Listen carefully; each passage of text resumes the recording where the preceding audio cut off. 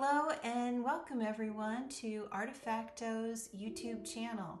My name is Anne Kindle and I am a pastel artist. I have been working in this medium for about 15 years and my favorite subject matter is flowers. And today I'm going to share my 5 tips that help me paint flowers, and they are for anyone who is just starting or wants to brush up on their painting skills. So let's begin with number 1. Paint with intent. For me, this is the most important part of the process. Really getting to know my subject matter. Start with a purpose and then you'll be able to connect and convey a narrative to your viewer. Let's look at the reference of a daffodil. So after observing and documenting in my journal, the storyline for this reference became: the initial sunlit blooms swayed together in sync with a brisk, refreshing breeze, heralding the arrival of spring. So this little story gives me so much information and inspiration to take back to the studio. A lot of the descriptions will inform my work as far as mark making, color, the grit of the paper, and so on. You get the idea. It's a little bit more than just painting to paint. So whenever possible, push yourself and try to connect a little bit more to why you're painting what you're painting. It makes the entire experience more enjoyable and more connected. Number 2, simplify shapes. When we're building a composition, focus on the basic shapes and avoid intricate details. Let's look at the daffodil reference.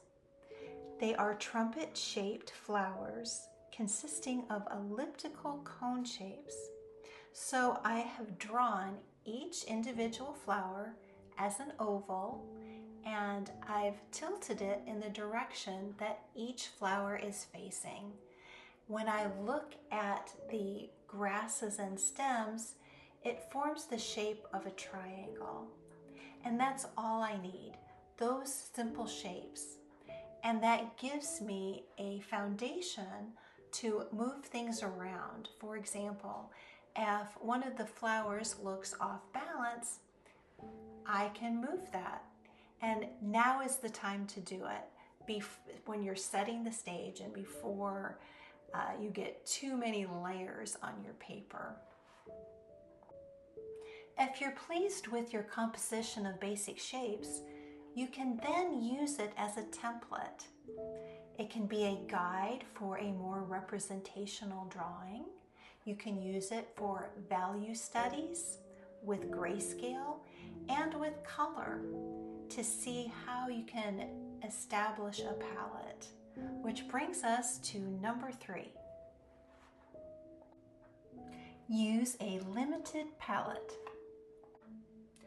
Color is very complex, and when you're working in pastels, it can become very complicated, almost overwhelming. There are so many colors to choose from. So I make it a practice to start with a limited palette. I can always add more. I can always build to the palette as my painting progresses.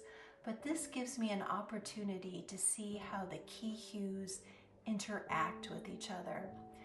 This palette is directly from nature, from the colors found in the daffodil, and they align perfectly on the color wheel. We have analogous oranges, yellow oranges, yellows, and yellow greens. By understanding how these colors interact, it enables other hues to be blended harmoniously into the palette. For example, I've added some purples and some aquas, which are complements to the oranges and yellows. And this is how the palette looks in the pastel sticks. Number 4, small studies.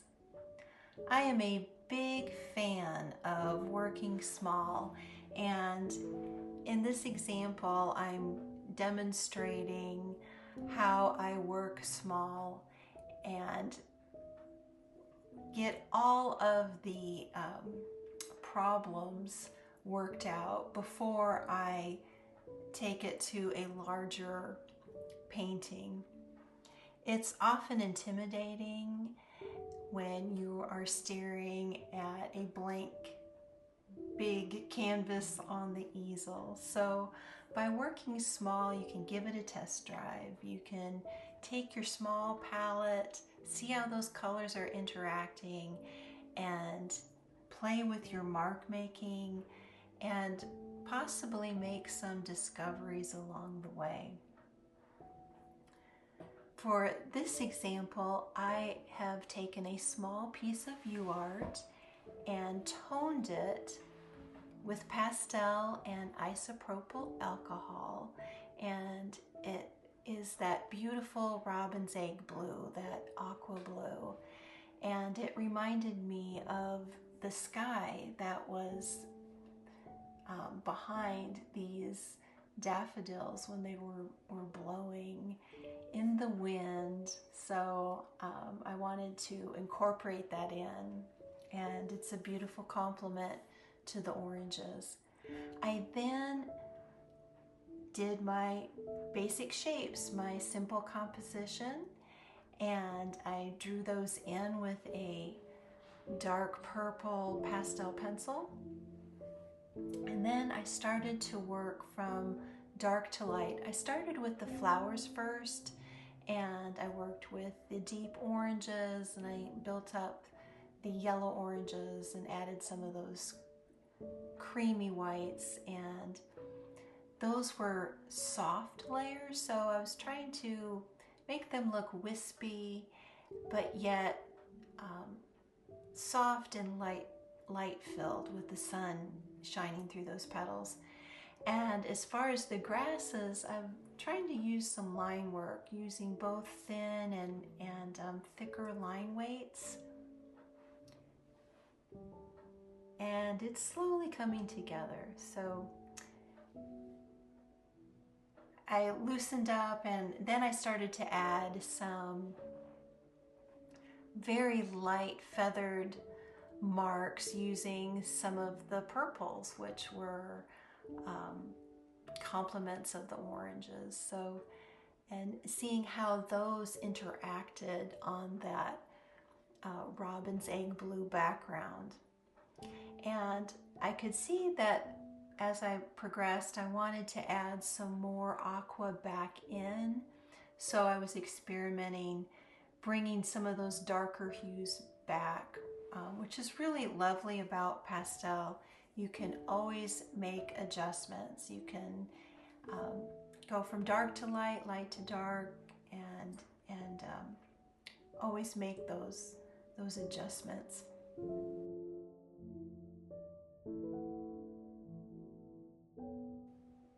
And the last tip, number 5, rest and refresh. I always like to give my paintings a little R&R.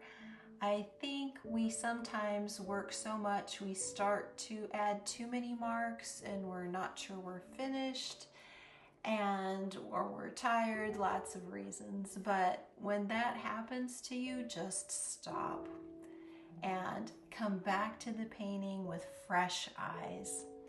Now, this is just a small little sketch study, and if I were making this into a bigger painting, I would ask myself these questions. Do the basic shapes create a pleasing composition? Do the colors work harmoniously in the palette? Are my marks conveying the mood effectively? So I evaluate those, and then I complete the painting.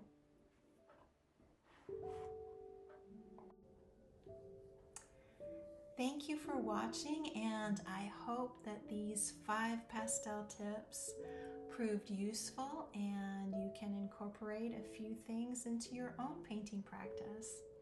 If you're interested in learning more, I have an online course and the description is below in this video. Just click on the link to register or learn more. And we will be painting everything from a single floral stem to a whole meadow of flowers. It's going to be a lot of fun, and it's taking a more abstract, expressive approach.